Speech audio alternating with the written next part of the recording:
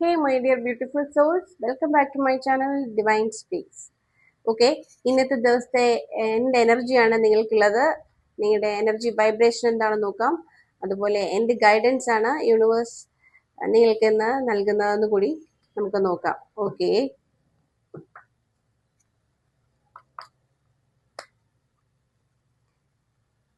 നിങ്ങളുടെ current situation എന്താണ്, എന്ത് സ്റ്റെപ്പ് ആണ് നിങ്ങൾ എടുക്കേണ്ടത്,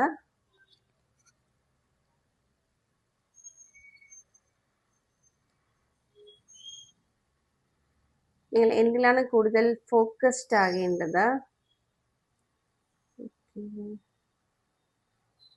എന്ത് ഗൈഡൻസ് ആണ് യൂണിവേഴ്സ് നിങ്ങൾക്ക് നൽകുന്നത്.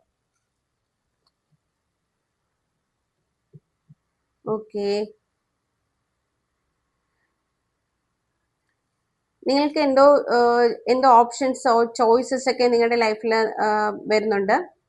അപ്പോൾ നിങ്ങൾക്ക് അതായത് രണ്ട് ഓപ്ഷൻ, രണ്ട് ചോയ്സ് ഉണ്ടെങ്കിൽ രണ്ടും വേണം അല്ലെങ്കിൽ രണ്ടും വേണ്ട എന്നുള്ള ഒരു ആറ്റിറ്റ്യൂഡിലാണ് നിങ്ങൾ നിൽക്കുന്നത്. അതായത് അതിൽ ഒരെണ്ണം സെലക്ട് ചെയ്യാൻ നിങ്ങൾ ഭയങ്കരമായി അല്ലെങ്കിൽ നന്നേ ബുദ്ധിമുട്ടുന്നുണ്ട്. സോ ഞാൻ അതിൽ ഒരു ഡിസിഷനും എടുക്കുന്നില്ല എന്ന് പറഞ്ഞ് കണ്ണു മൂടിക്കെട്ടിയിരിക്കുന്ന ഒരവസ്ഥയാണുള്ളത്. സോ നിങ്ങളുടെ ഇൻഡ്യൂഷനെ വിശ്വസിച്ചുകൊണ്ട് നിങ്ങൾ അതിലൊരു ഡിസിഷൻ എടുക്കുക തന്നെ വേണം. ഓക്കെ, നിങ്ങൾ ആ ഒരു ഡിസിഷൻ എടുത്തു കഴിയുന്നത് നിങ്ങളുടെ ഒരു കംപ്ലീഷൻ ആണ്. അതായത് നിങ്ങൾക്ക് വളരെ പോസിറ്റീവ് ആണത്.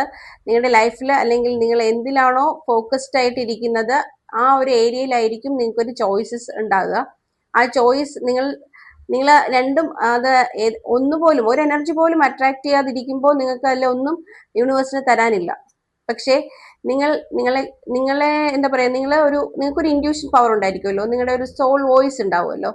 ആ വോയിസിനെ നിങ്ങൾ ട്രസ്റ്റ് ചെയ്യുക, ദെൻ ഒരു ഡിസിഷൻ എടുക്കുക. ഓക്കെ, അത് നിങ്ങൾക്ക് വളരെ സക്സസ്ഫുൾ കൊണ്ടുവരും എന്നാണ് കാണിക്കുന്നത്. ഓക്കെ, അതുപോലെ തന്നെ നിങ്ങൾ സക്സസ്ഫുൾ ആകും.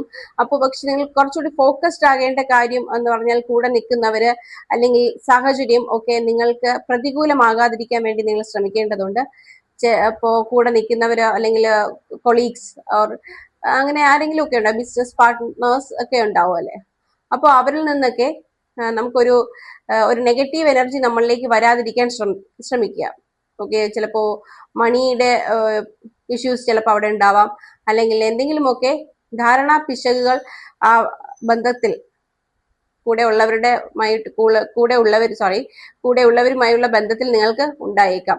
സോ അതിൽ നിങ്ങൾ കുറച്ചൊന്ന് കരുതിയിരിക്കുക. ഓക്കെ, യൂണിവേഴ്സ് നമുക്ക് തരുന്ന മെസ്സേജ് എന്ന് പറയുന്നത് ഒന്ന് ചിന്തിച്ച് കുറച്ചൊന്ന് ഫോക്കസ്ഡ് ആകുമെന്നാണ്. കുറച്ച് ചിന്തിക്കുക. ചില കാര്യങ്ങൾ നമ്മൾ ഒന്നോ അതിലധികമോ പ്രാവശ്യം ഒന്ന് ചിന്തിക്കേണ്ടിയിരിക്കുന്നു. ഓക്കെ, ഇപ്പോൾ നമ്മൾ ഓരോ കാര്യം ചെയ്യുമ്പോഴും ചിന്തിച്ച് അല്ലെങ്കിൽ കുറച്ച് ആത്മീയതയുടെ വഴിയൊക്കെ പിന്തുടരാൻ പറഞ്ഞിട്ടുണ്ട്. അപ്പോൾ നമ്മൾ ഒരു സക്സസ്ഫുൾ പേഴ്സൺ ആണെങ്കിൽ കൂടി സക്സസ്ഫുൾ ആകുമെന്ന് ഇവിടെ പറയുന്നു. സക്സസ്ഫുൾ ആകുമ്പോൾ പോലും നമുക്ക് കുറച്ച് നമ്മുടെ മൈൻഡ് കൺട്രോൾ ഒക്കെ വേണ്ടി വരും അല്ലേ.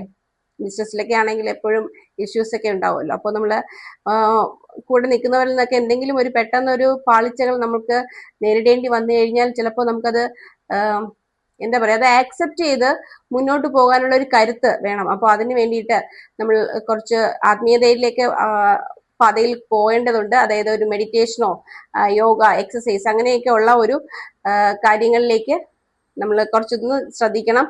അതുപോലെ ഏത് കാര്യം ചെയ്താലും ഒന്ന് രണ്ട് പ്രാവശ്യം ഒരു കാര്യത്തിൽ തന്നെ 2 പ്രാവശ്യം ചിന്തിച്ച് മുന്നോട്ട് പോകൂ എന്നാണ് യൂണിവേഴ്സ് നൽകുന്നത്.